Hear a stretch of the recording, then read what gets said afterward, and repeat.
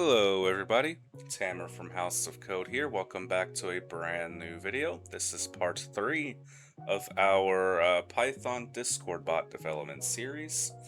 And in this video, we are going to improve the project structure of our Discord bot's code. And we're going to be doing this through the use of Cogs. Now, before we get started, I did want to quickly apologize for the 5 or 6 week long break in between videos. Basically, I just had a lot going on in my personal life, and I could not find the time to sit down and record. This is something you probably already known about if you were on my Discord server, as I did announce that. However, things are looking a lot better for me now. I'm a lot less busier, and I'm finally able to actually find the time to record.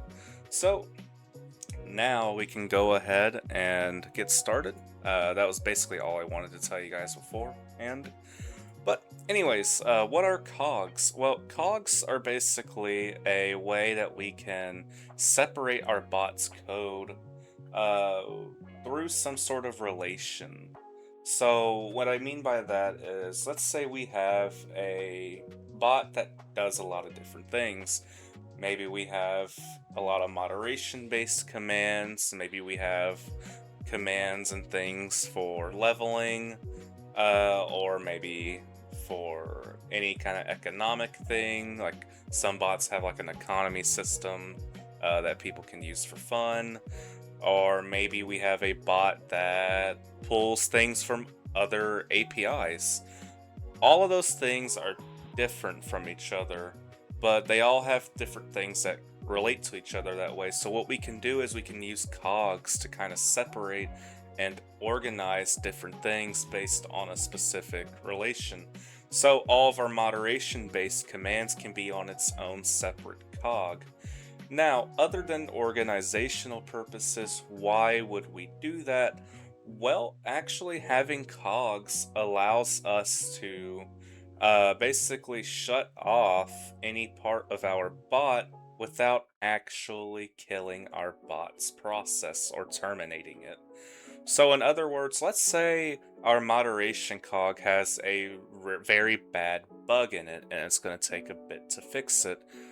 What we can do instead is we can shut off that cog so nobody can use those commands while the bot is still online, and this allows us to be able to fix that bug without causing any major disruption to other people who are just using the bot.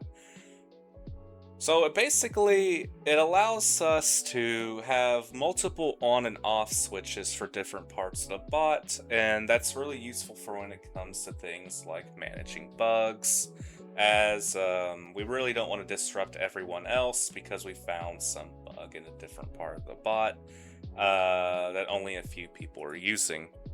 So it's really just better practice to use cogs, although they're not necessary, but they are very, very preferred.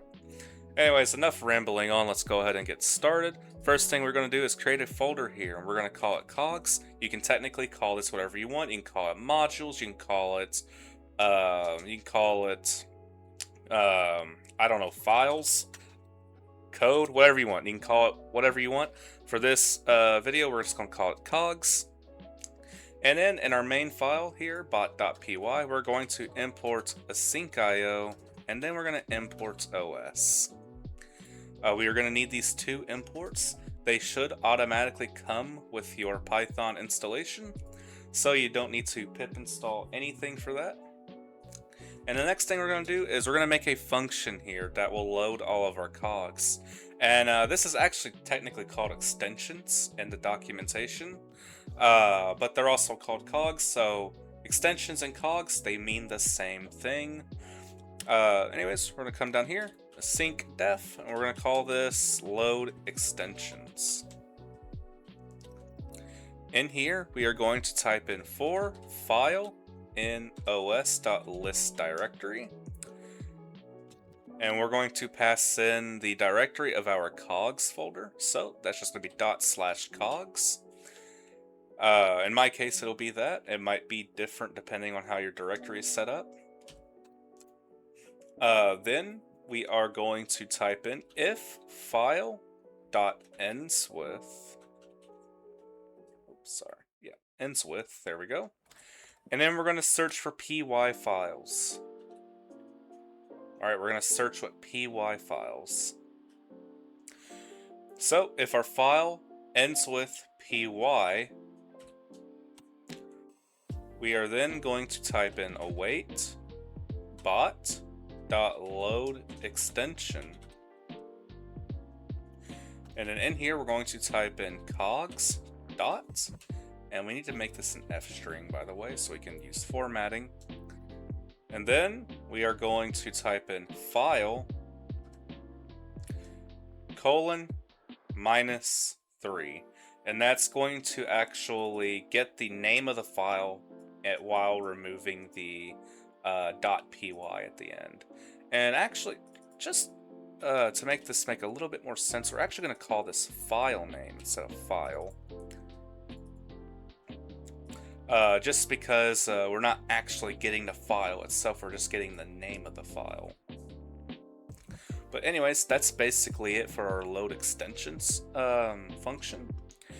Now, the next thing we need to do is make a main function, because when we incorporate cogs, it's actually going to change up how this bot.py file looks. So async def main. Then we're going to type in async with bot. And then we're going to await the load extensions method, or function, sorry. And then we are going to type in await bot.start. And in here, we are going to actually paste in our token, and we're going to get rid of that. And then we're going to type in asyncio.run, and then pass in the main function. And that's basically it for our main file. And in the future, we're actually going to go over on how to mask this token. Not in this video, but it is really important. We are going to mask that later on, because we don't want that getting out. Remember, that's what we said in the first episode, that this really should be kept a secret. But other than that, we are basically done with this file. So now we can go ahead and make ourselves a cog. And we're just going to call this example.py. And let me just look on the side to see what I wrote here. Alright, sweet. So in here, we're going to import Discord, of course. And then from discord.ext, import commands. And from Discord, import app commands, because we're going to be creating some slash commands in here. Alright, now here's where we actually make our cog. So it's going to be a class. We'll just call this example cog. In here, we're going to pass in commands.cog with a capital C. We're going to make our constructor here. Pass in self, then bot. Type hint that as a bot. Self.bot is equal to bot. And then here's where we can make our event listener on ready.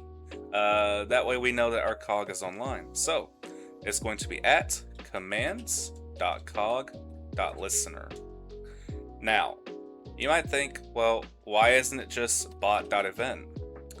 Well, when we're working with a cog, we are technically using different API, endpoints, or we're just using different functions and stuff. That's probably what I should say. It sounds a bit better. So in our main file, we're using things like bot.event, but up here, bot.event is now commands.cog.listener. Now, for a actual command, yes, I know we have commands in here, but this is an event listener. For actual commands that are prefixed, that is going to be commands.command. And for slash commands, that's going to be appcommands.command. So those are really the only major differences that we need to keep in mind when we're now working in a cog. So for our event listener, it's just on ready.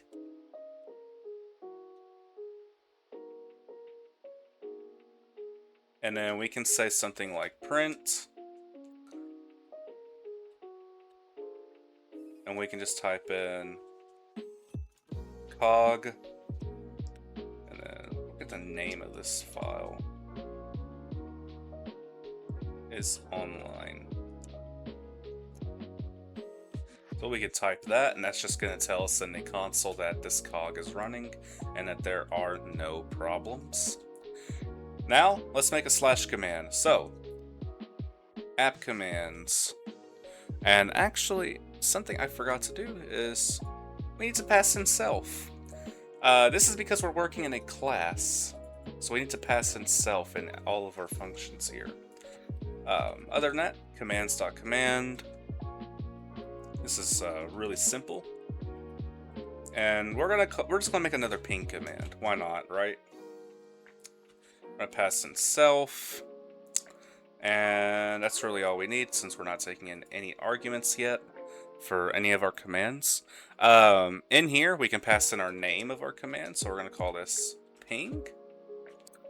And then we're going to pass in the description. Returns the bot's latency in milliseconds.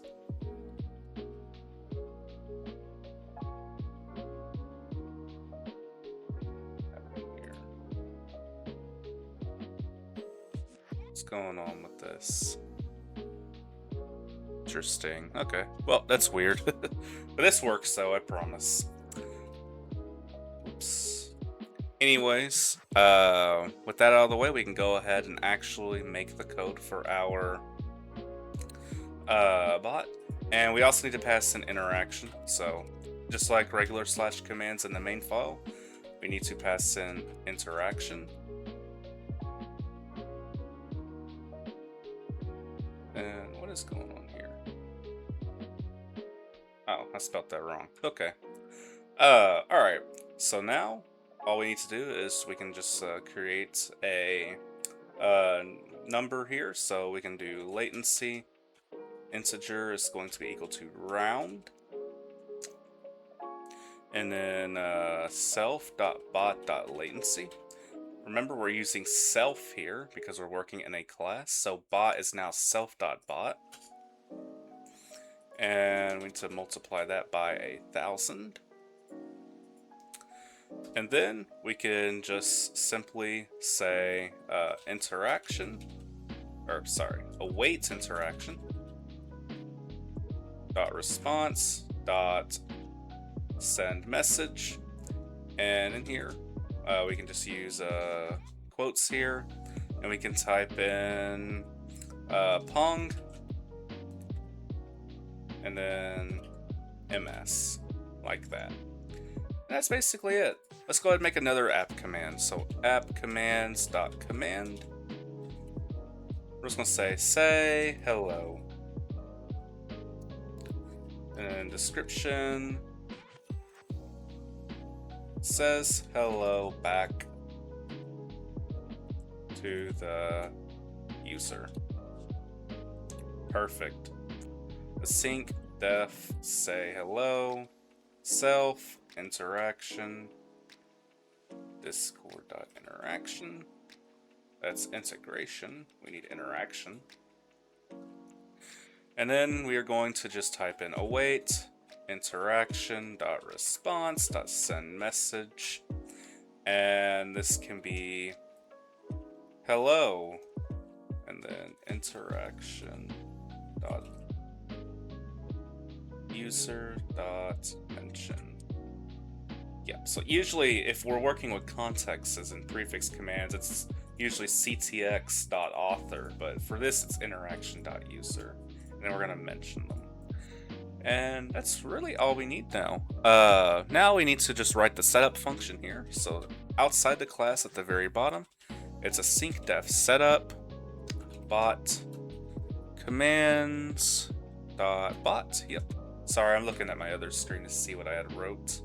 Yep, commands.bot. And in here, it's await bots.add cog. And then we're going to pass in the class, example cog, and then we're going to pass in bot. Just like that.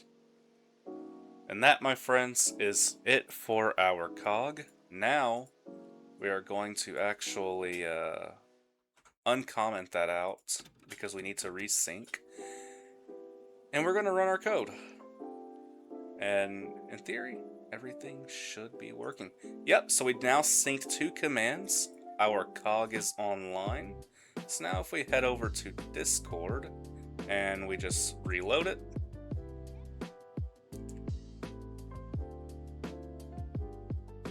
awesome. So our bot is indeed online. And now I should be able to... Yep, so I have my 2 commands. Let's go ahead and try ping. 106 milliseconds. Alright, looks like my ping is kind of crap today, but that's okay. Let's try to say hello command. And it says hello to me. So that confirms it. Our bot is online, and it is working with these 2 commands here, and this event listener. My friends, that is it for Cogs. Now, from here on out, we're going to be utilizing these mostly, as now we can finally move away from having commands in our main file. That is it for today's video. Thank you guys so much for watching, and as I always say, stay tuned for the next tutorial. Be sure to subscribe, leave a like, and leave a comment telling me about your day, and also be sure to join my official House of Code Discord server. We're going to try our best to get to 1,000 members again by the end of this year. So please, if you guys have not joined it, be sure to join it. It's also a perfect place where you can get assistance from me or anyone else who works with this API. So if you're struggling or if you hit a wall somewhere in your code, we would be more than happy to help. But again, that is it, and I will see you all next time. Bye-bye, guys.